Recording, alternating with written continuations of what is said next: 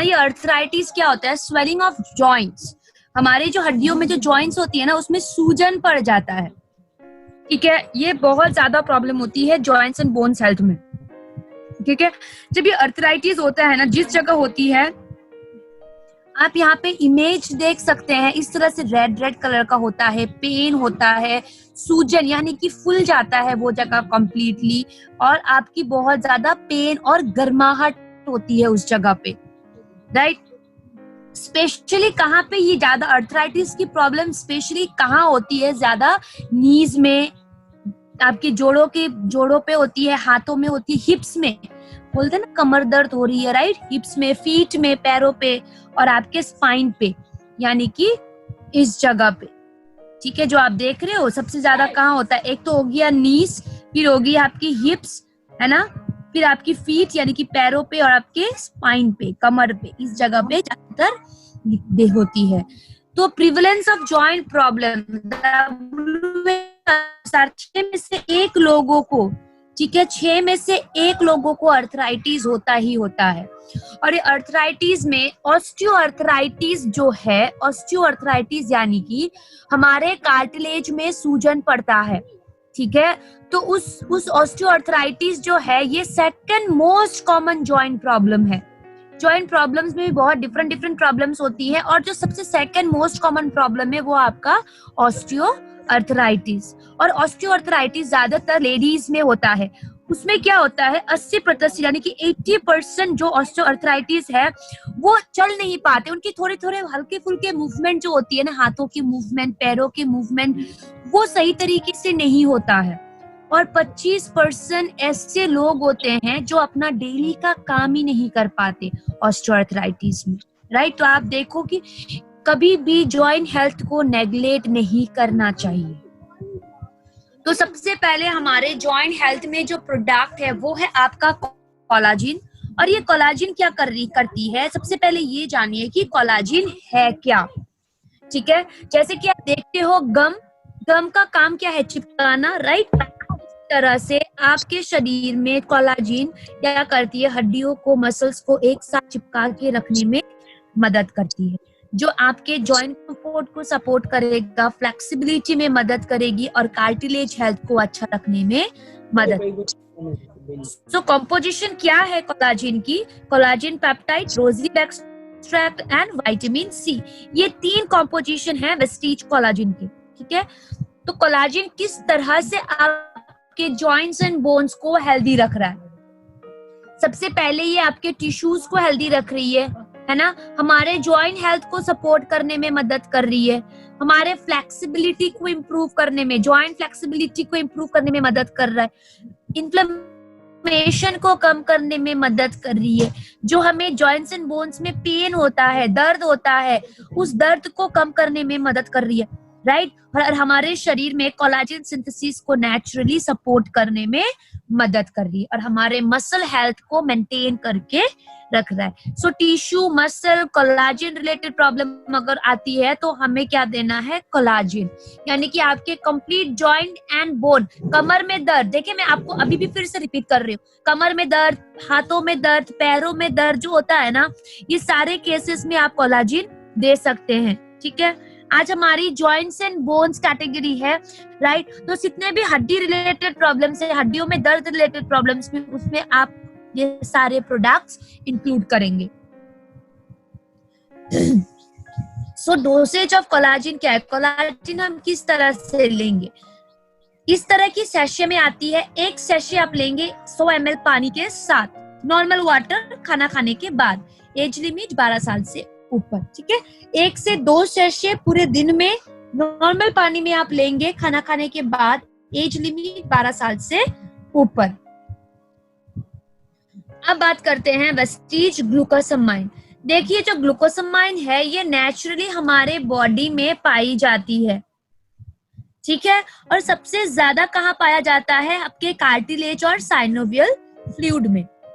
आप यहाँ पे एक डायग्राम देख सकते हैं, है ना, 2 बड़ी बड़ी हड्डियां हैं, ये 2 बड़े बड़े हड्डियों के बीच में आपका रहता है कार्टिलेज। और ये कार्टिलेज क्या है? अगर आप कान की हड्डियां टच करोगे ना, तो ये कान की हड्डी कार्टिलेज है।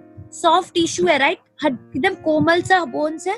तो ठीक इसी तरह की हड्डियां आपके दो बड़े बड़े हड्डियों के बीच में होता है, जो कुशन का काम करती है।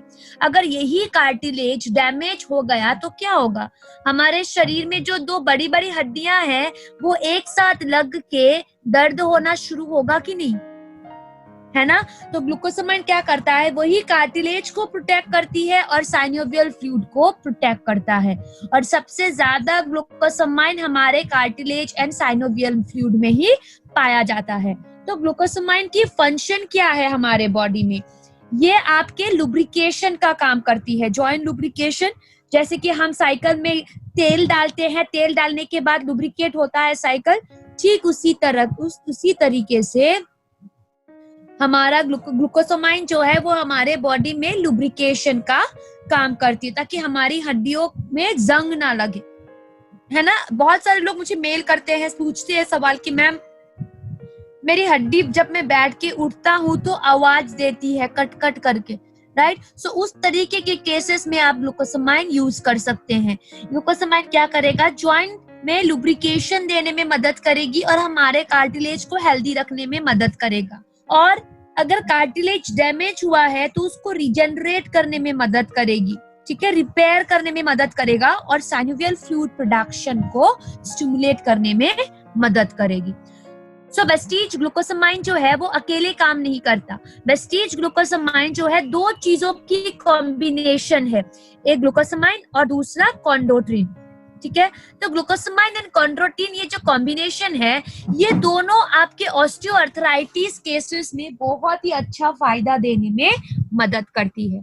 और उसके बाद अगर किसी के स्टिफ जॉइंट की प्रॉब्लम है तो उसमें भी आप ग्लूकोसामाइन दे सकते हैं। ये जो ग्लूकोसामाइन है ये हमारे कार्टिलेज की इलास्टिसिटी, हमारे कार्टिलेज को इलास्टिसिटी देने में मदद करती है और फ्यूचर डैमेज से बचाती है, ठीक है। इतना ही नहीं, अगर आप ग्लूकोसामाइन अभी से ले रहे हैं तो अपने कार्टिलेज को, साइनोवियल फ्लूइड को, है ना, और जॉइंट लुब्रिकेशन को फ्यूचर तक अच्छा रखने में मदद कर रहे हैं। सो ग्लूकोसामाइन की एज लिमिट क्या है, 12 साल से ऊपर के बच्चों को आप ग्लूकोसामाइन देंगे खाने के बाद 2 कैप्सूल्स पूरे दिन में, ठीक है। हम ग्लूकोसामाइन डायबिटीज में नहीं देते हैं बिकॉज बहुत सारे केसेस में शुगर लेवल को बढ़ा देता है। To be on safer side हम ग्लूकोसामाइन नहीं देते। ग्लूकोसामाइन की जगह पे डायबिटीज वाले को आप क्रिल दे सकते हैं, ठीक है। क्रिल भी जॉइंट लुब्रिकेशन में बहुत अच्छे से मदद करता है।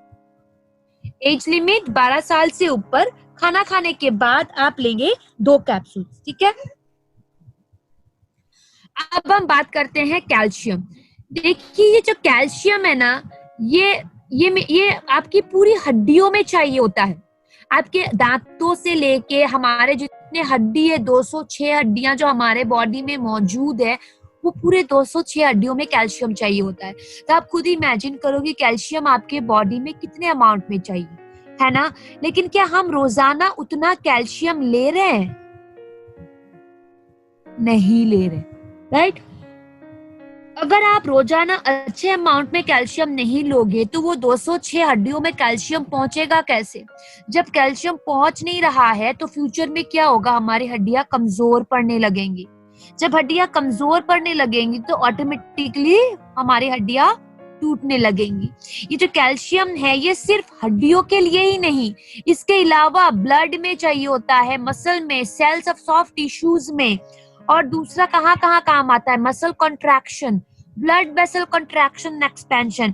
जो आपका ब्लड वेसल बंद खुला करता है ना, कॉन्ट्रैक्ट एंड एक्सपेंशन जो करती है, उसमें भी कैल्शियम चाहिए होता है। आपके हार्मोन्स एंड एंजाइम्स के सिक्रेशन में चाहिए होता है। आपके नर्वस सिस्टम को मैसेजेस सेंड करने में कैल्शियम चाहिए होता है, राइट। तो आप खुद ही सोचिए कितनी ज्यादा इंपॉर्टेंट काम करने के लिए हमारे शरीर में कैल्शियम चाहिए। और यही कैल्शियम 30 साल के बाद हमारे शरीर से कम होने लगता है। अगर हम 30 साल के बाद कैल्शियम की सप्लीमेंट अगर नहीं लेंगे तो क्या हमारे शरीर में ये सारे फंक्शंस अच्छे तरीके से होंगे? एक तो हमारा हड्डी कमजोर होगा ही होगा, उसके अलावा हमारा मसल कॉन्ट्रैक्शन अच्छे से नहीं होगा, ब्लड वेसल कंट्रैक्शन एक्सपेंशन अच्छे से नहीं होगा, हमारे शरीर में हार्मोन्स एंड एंजाइम्स अच्छे से सिक्रीट नहीं करेंगी, और हमारा नर्वस सिस्टम अच्छे तरीके से मैसेजेस सेंड नहीं कर पाएगा, राइट। तो देखा आपने कि कैल्शियम कितना इंपॉर्टेंट है हमारे बॉडी के लिए, और यही कैल्शियम 30 साल बाद क्या होने लगती है, कम होने लगता है हमारे बॉडी से। सो कैल्शियम सप्लीमेंट बहुत ही ज्यादा जरूरी है आफ्टर 30 इयर्स, ठीक है। आफ्टर 30 इयर्स तो चाहिए ही चाहिए होता है, लेकिन अगर आप 12 साल से लेना शुरू करोगे तो अपने शरीर में कैल्शियम को फ्यूचर के लिए स्टोर करके रख पाएंगे, राइट। सो कैल्शियम जो है वो अकेले काम नहीं करता, कैल्शियम के साथ काम करती है विटामिन D3। ये विटामिन D3 हमारे शरीर में क्यों चाहिए होता है, कैल्शियम एब्जॉर्प्शन के लिए, ठीक है। अगर आप बस कैल्शियम ले रहे हैं और उसमें विटामिन D3 नहीं है तो कैल्शियम आपके शरीर में एब्जॉर्ब नहीं होगा, मिक्स नहीं होगा। उसको मिक्स करने के लिए, कैल्शियम को हमारे बॉडी में मिक्स करने के लिए कौन चाहिए, vitamin D3। Naturally vitamin D3 आपके सूरज से आता है, सूरज के धूप से मिलती है, ठीक है, सूरज के किरणों से मिलती है, ठीक है। और यही विटामिन D3 हमने क्या किया है, वेस्टीज के कैल्शियम में ऑलरेडी मौजूद है। तो जब आप कैल्शियम लोगे, वेस्टीज कैल्शियम आपके बॉडी में आराम से एब्जॉर्ब हो जाएगा, ठीक है, बिकॉज इसमें विटामिन D3 भी मौजूद है। वेस्टीज कैल्शियम में विटामिन D3 भी मौजूद है, जिसके कारण हमारे बॉडी में कैल्शियम की एब्जॉर्प्शन अच्छी तरीके से हो जाता है। सो वेस्टीज कैल्शियम की डोसेज क्या है, दिन में 2 कैल्शियम्स लेंगे, खाना खाने के बाद आप लोगे। मिनिमम गैप कितना होना चाहिए कैल्शियम और आयरन के बीच, आप देखना 3 घंटे की। हम कैल्शियम एंड आयरन एक साथ क्यों लेने के लिए मना करते हैं, बिकॉज ये जो कैल्शियम है ना, ये आयरन एब्जॉर्प्शन अच्छी तरीके से होने, कुछ प्रोडक्ट ले रहे हो और वो आपके बॉडी में एब्जॉर्ब ही नहीं हो रहा है, मिक्स ही नहीं हो रहा है, तो हमें हेल्थ बेनिफिट्स मिलेगा कैसे, है कि नहीं, राइट। हेल्थ बेनिफिट्स मिलेगा कैसे। सो इसलिए हम बोलते हैं कि कैल्शियम और आयरन हमेशा खाना खाने के 3 घंटे बाद ही आप लीजिएगा, ठीक है। एज लिमिट 12 साल से ऊपर।